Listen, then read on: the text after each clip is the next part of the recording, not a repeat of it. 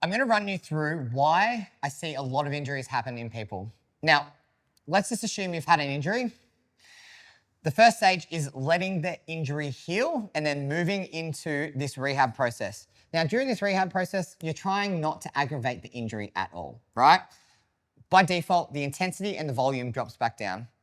Then, as you come out of those acute stages, you start to then build up the intensity and the volume, but it's still not back to pre-injury levels. Now, what happens is you come over here and you get back to normal training. But here's the thing.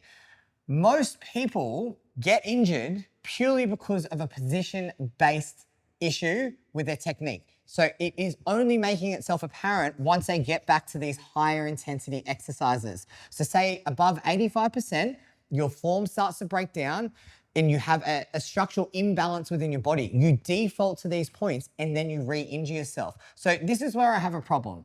Some people say that you just need to work light and build volume over time, and that's going to improve your technique. That's not true, because every single time you get back to these heavy weights, your technique starts to break down because your positioning isn't good enough to withstand these heavy loads. And this is where these injuries come from, because under heavy loads, you're going to default to the path of least resistance, which means for you, wherever your body feels like it's strong, it's going to overload that area and you're going to end up with another injury. So for you, what you need to do is, 1, work on your position. 2, bring up any weak points that you have in your system so that when you do introduce these loads and these intensities within your training sessions, you don't just end up in the same situation.